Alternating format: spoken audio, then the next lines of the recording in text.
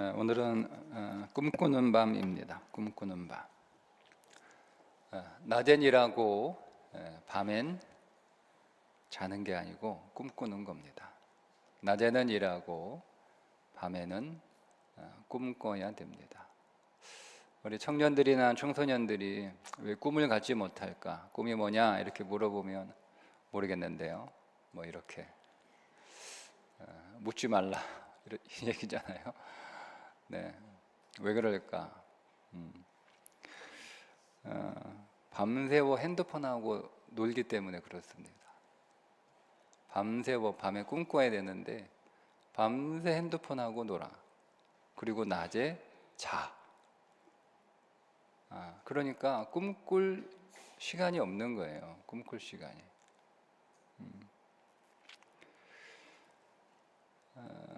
우리나라 그 탑 클래스에 있었던 자기계발 강사 가운데 혹시 여러분 김미경 씨라고 아시나요?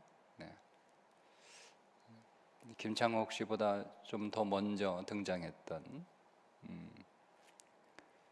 이분이 2007년 한참 잘 나갈 때 석사 학위 논문 표절 시비가 붙었어요. 그래서 모든 강연에서 모든 방송에서 다 내려와야 했습니다. 저는 그때 이분이 자기계발 강사잖아요. 저는 첫 번째 마음은 이분이 재기하기가 쉽지 않겠다. 네. 두 번째는 어떻게 뚫고 나올 것인가 그게 궁금했어요. 네. 그러다가 코로나가 덮쳤죠.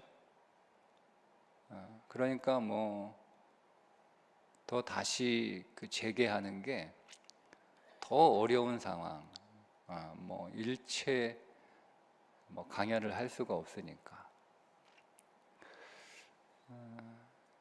그러다가 다시 두각을 드러내고 있잖아요. 여러분 요즘 굉장히 더 그 왕성하게 활동하고 있는데.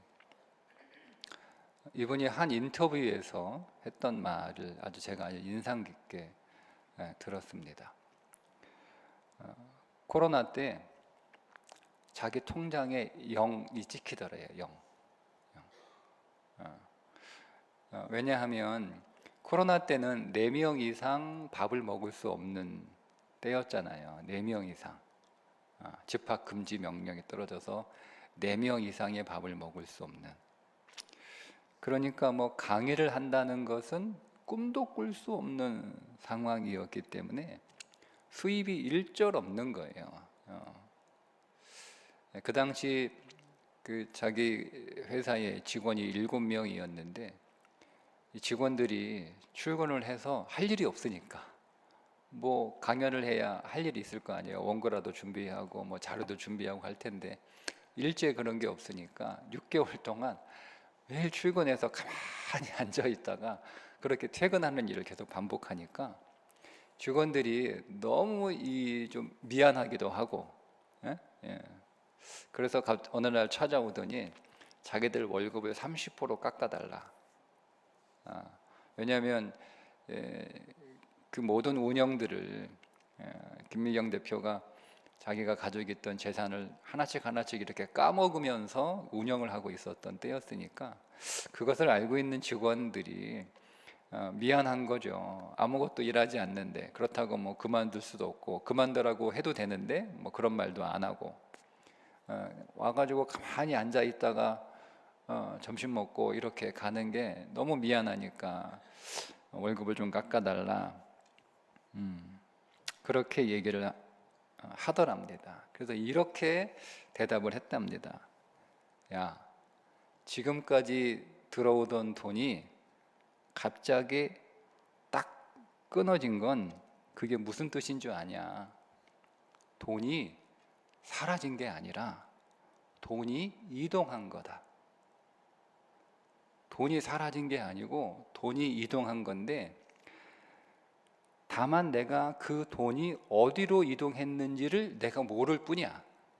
내가 반드시 찾아낼 거야. 돈이 어디로 갔는지, 돈이 어디로 이동했는지 내가 반드시 찾아낼 거야. 그렇게 얘기하고 돈의 흐름을 알아내기 위해서 공부를 했답니다. 공부를 했대요. 예. 할 일이 없잖아요.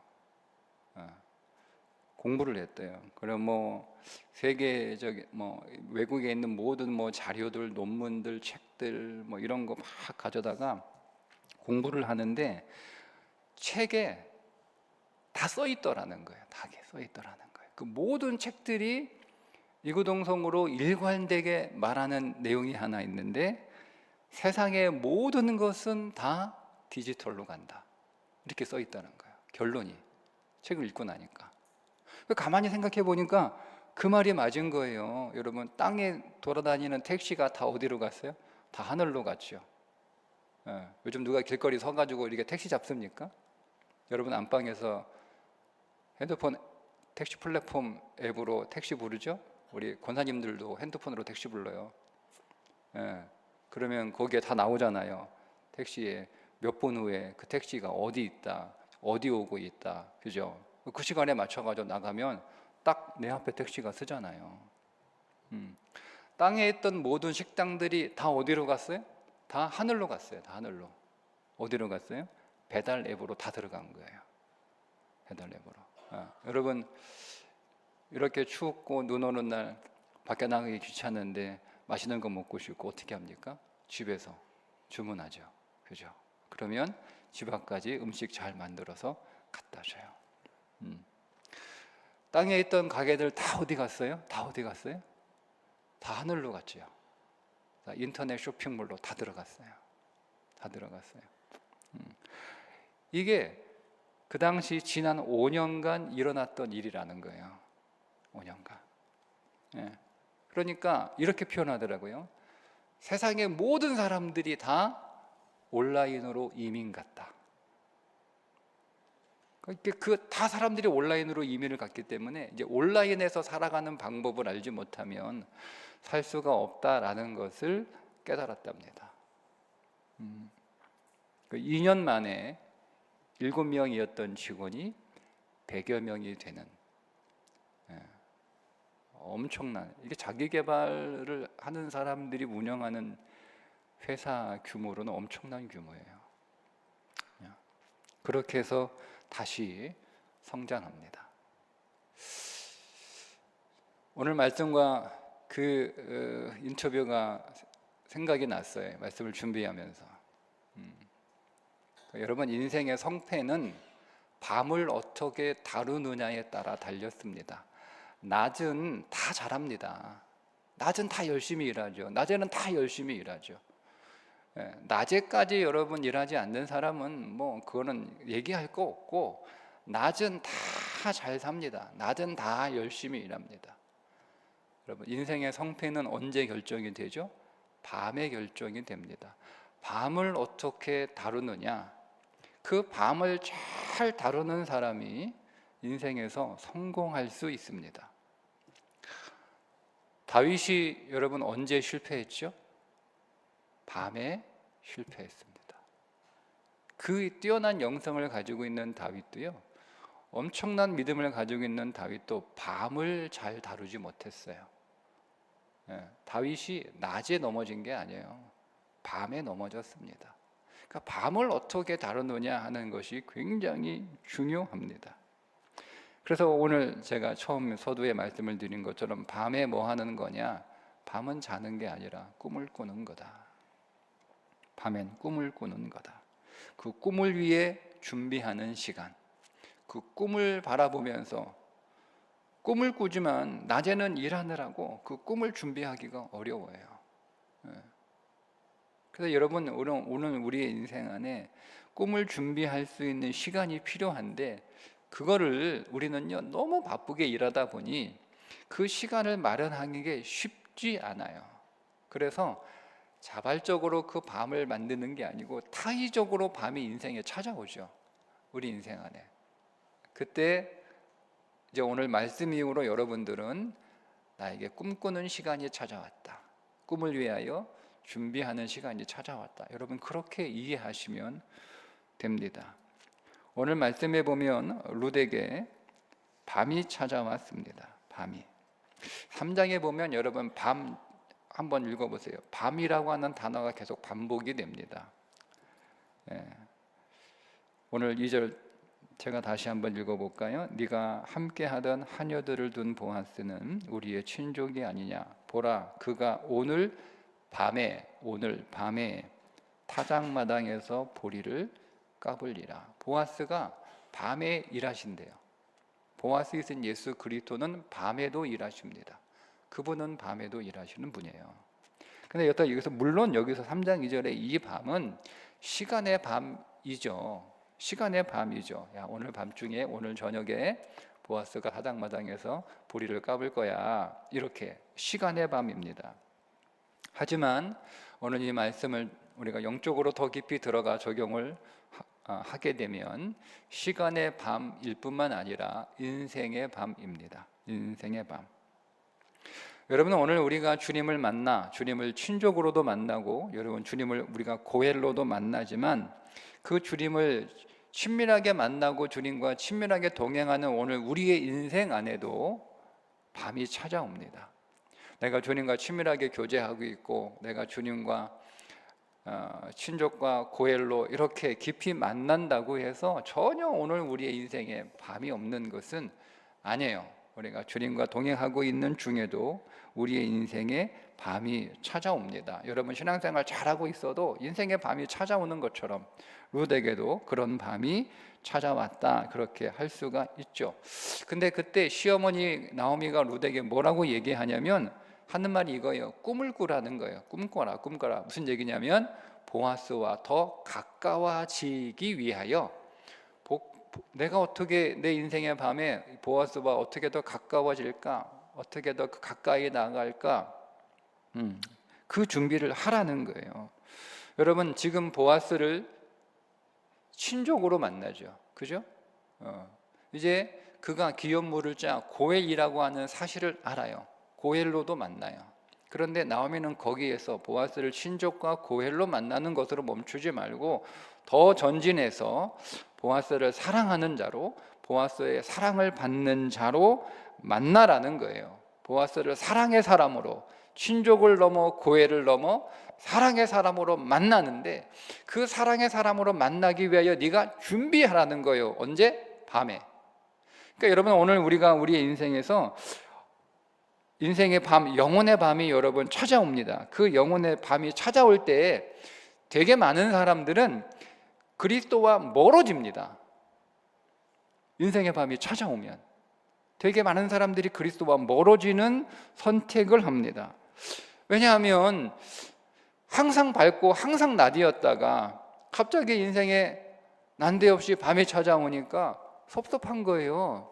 하나님한테 속상한 거예요. 내가 이렇게 열심히 믿었는데 이렇게 열심히 섬겼는데 내가 이렇게 열심히 하려고 몸부림쳤는데 내가 또 사는 것도 열심히 살려고 그렇게 힘써서 살았는데 하나님은 어찌하여 내 인생의 밤을 지켜주지 않고 밤을 막아주지 않고 하나님이 이렇게 밤이 찾아오는데 하나님 마치 가만히 계신 것 같고 그러니까 너무 섭섭한 거예요. 하나님한테 속상하기도 하고 힘도 없고 기운도 빠지고 뭐 힘이 있어야 이럴 거 아니에요. 낙심하고 절망하니까 기운이 쫙 빠져요.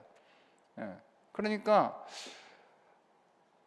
우리는 그 밤의 정체가 무엇인지를 잘 알지 못하면 우리는 그때 되게 그리스도와 멀어집니다. 그런데 오늘 성경은 아니에요.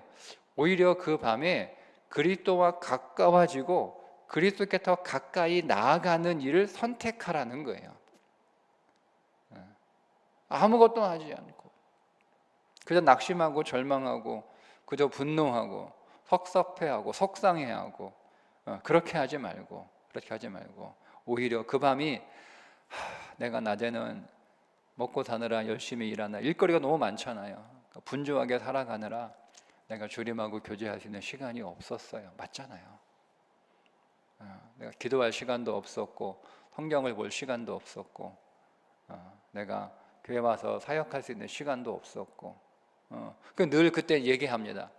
시간이 나면 이거 좀 일이 끝나면 이거 마치면 내가 그때 기도도 하고 성경도 읽고 내가 하나님 일 열심히 하겠습니다. 그렇게 하잖아요. 다 밀어놓잖아요. 내가 한가할 때 다 밀어놓잖아요. 근데 그날이 찾아온 거예요. 그날이 찾아온 거예요. 내가 원했던 거잖아요. 시간이 나면 기도하겠습니다. 시간이 나면 성경 읽겠습니다. 시간이 나면 교회 와서 섬기겠습니다. 그날이 온 거예요. 그날이 온 거예요. 그러니까 내가 바쁘게 일하느라, 정신없이 일하느라 주님과 교제할 수 있는 시간이 없었는데, 여러분 그러다 우리는 메말라 죽는 거예요. 그분으로부터 계속 생명이 우리 안에 공급되어 들어와야 되는데 그 생명을 우리가 공급받지 못하고 그냥 일만 하고 있으니 우리 안에 있는 생명 에너지를 다 쓰고 있는 거예요. 하나님이 우리에게 인생의 밤을 억지로 주시는 거예요. 그런 줄 아시고 이 밤에 나는 뭐 할 거냐? 나는 주님과 더 가까워지는 시간, 주님을 더 만나는 시간, 주님을 더 아는 시간으로 삼아야겠다.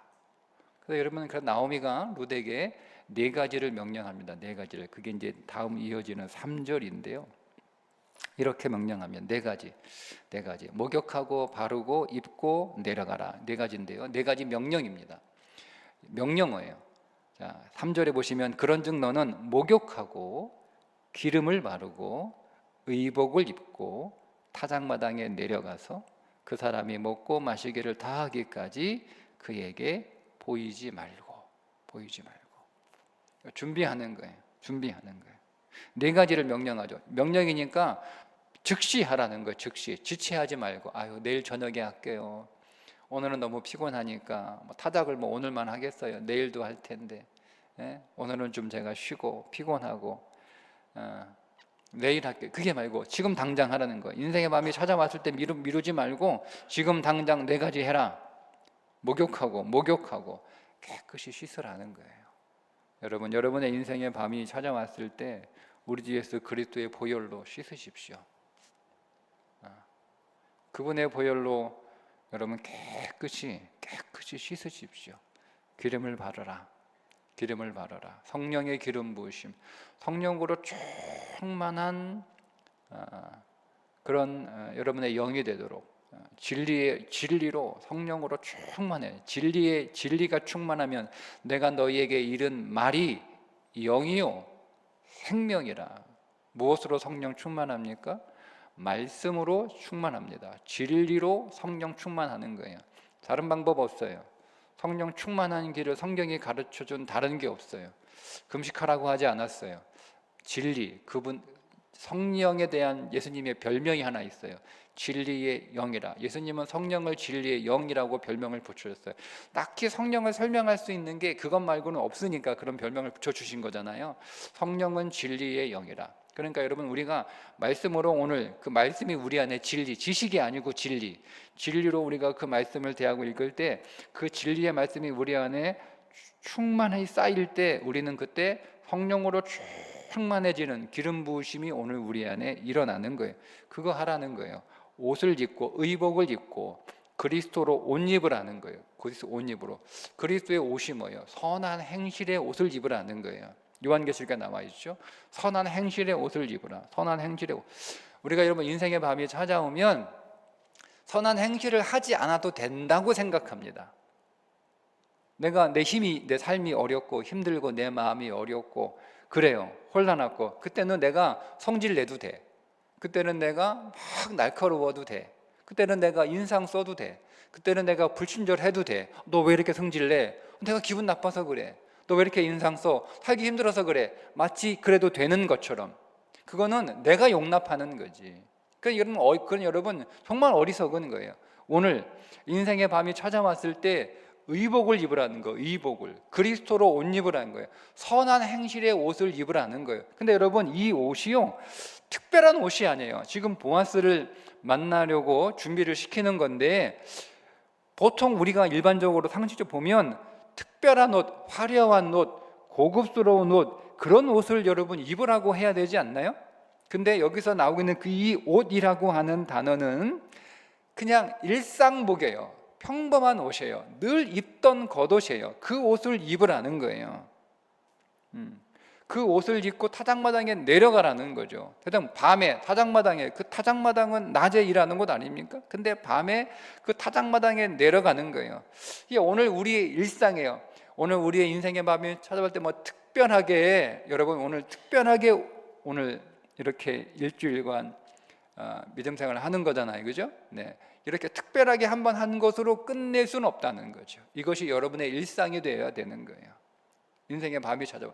우리는 인생에 특별하게 한 번 기도하고, 뭐 한 번 부흥에 참석하고, 뭐 한 번 성경 읽고, 한 번 은혜 받고, 그런 어떤 한두 번의 특별한 행실의 옷을 입지 말고 일상적인 옷을 입으라는 거예요. 일상적인 그리스도의 선한 행실의 옷을 입으라는 거예요. 내가 이렇게 힘들고 어려운데 내가 나도 정침도 없고 마음에 여도 없고 그냥 내가 한번 특별하게 잘해줬어.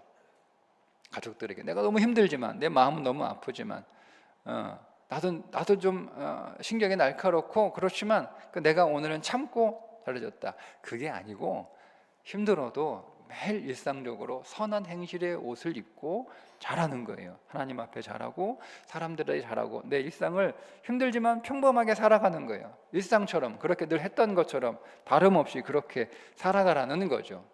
그리고 타작마당에 내려가라는 거예요. 밤이지만 밤에 타작마당에 내려갈 일은 없잖아요. 거기는 낮에 거기 타작을 해야 되는데, 네, 오늘 우리의 일상이 낮인 것처럼 삶의 상황은 밤인데 내 마음은 낮인 것처럼, 우리의 분명한 현실적인 삶은 밤이에요. 근데 그 밤을 대하는 나의 마음의 태도는 낮이어야 한다고 하는 거죠. 네 가지 명령을 나오미가 룻에게 합니다.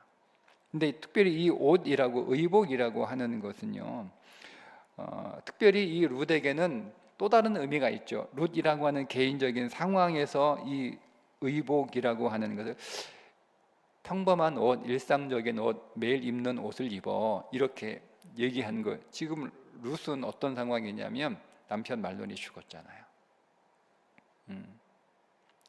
그러니까 이제는 더 이상 죽은 남편 애도하지 말고 그 애도하는 거 끝내고 정상적인 생활로 돌아가라 라고 하는 시어머니의 배려이기도 합니다.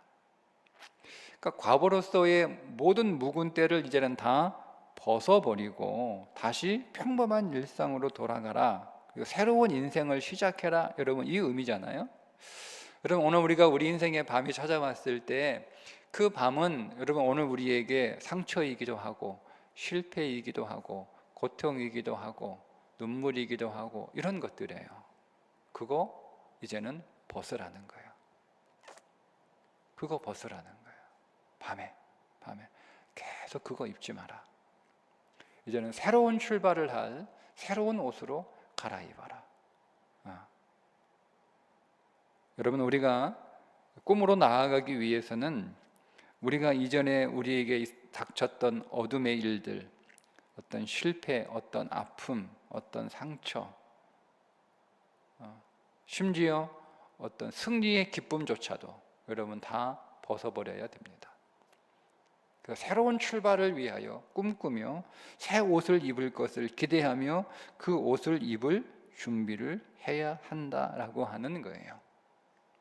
그런데 오늘 룻은 이것을 자기가 시어머니가 시켜서 하는 것이긴 하지만 이것을 자기가 자발적으로 합니다. 자발적으로. 그래서 시어머니가 시킨 대로 준비를 잘해서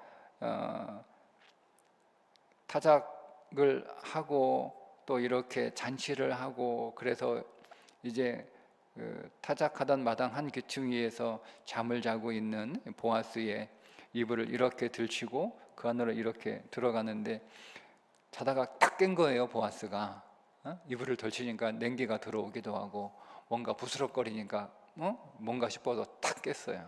그래서 너 누구냐? 이렇게 물어봐요. 너 누구냐? 웬 놈이냐? 뭐 이렇게 했겠죠. 갑자기 잠을 자다가 뭔가 딱 걸리는 게 있으니까.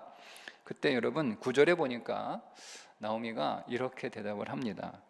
이르되 내가 누구냐 하니 대답하되 나는 당신의 여종 룻이오니. 이렇게 대답하니 나는 당신의 여종이라는 자기의 존재를 밝힙니다. 근데 여종이라는 단어를 씁니다. 성경에 종이라고 하는 단어가 특별히 크게 두 가지가 있는데, 시녀라고 하는 단어가 있고 종이라고 하는 단어가 있어요. 여종이라는 단어가 있어요. 근데 이 단어의 차이가 뭐냐면, 시녀는요 타의적 순종이에요. 시키니까 마지못해 하는 거예요. 그때 시녀라는 단어를 씁니다. 근데 여종이라고 하는 이 단어는요 자발적으로 순종하는 사람이에요. 시켜서 억지로 하는 게 아니에요. 그러니까 지금 이 시어머니가 며느리에게 너 밤을 준비해, 보아스와 더 가까워지는 꿈을 꿔, 그리고 그 준비를 해야 돼. 그 네 가지를 명령하잖아요. 목욕하고 바르고 입고 내려가라. 이렇게요. 지금 빨리 해. 미루지 말고 당장 해야 돼. 오늘 밤에 해야 돼. 내일 밤으로 미루지 마. 지금 해야 돼. 이렇게 하니까 시어머니가 막 시키는 거 막 이렇게 억지로 그렇게 하는 게 아니고 자발적으로 했다는 거예요. 자발적으로. 나는 그렇게 자발적으로 그렇게 여러분 한 이유가 있어요. 당신의 옷자락을 펴 당신의 여종을 덮으소서. 이는 당신이 기업을 물을 자가 됨이니이다 하니.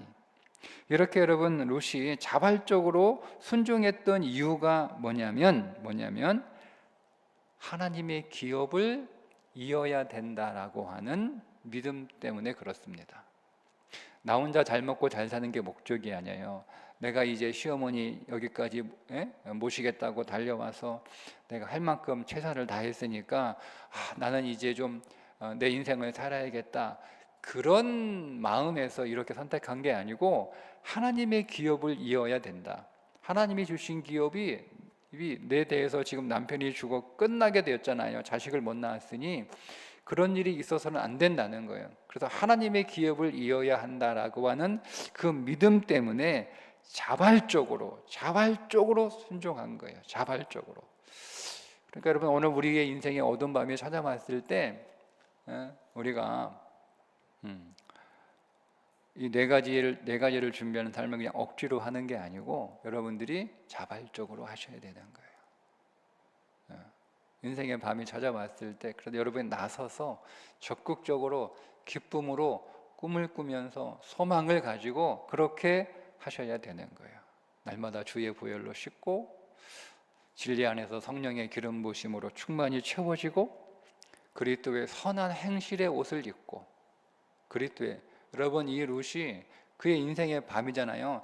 사실은 시간의 밤이 아니라 이 나오미가 남편 말론과 결혼해서 그 남편이 죽고 사실은 베들레헴에 오는 그 순간까지 지금도 그의 인생은 밤이란 말이에요. 밤. 그의 인생은 밤이죠.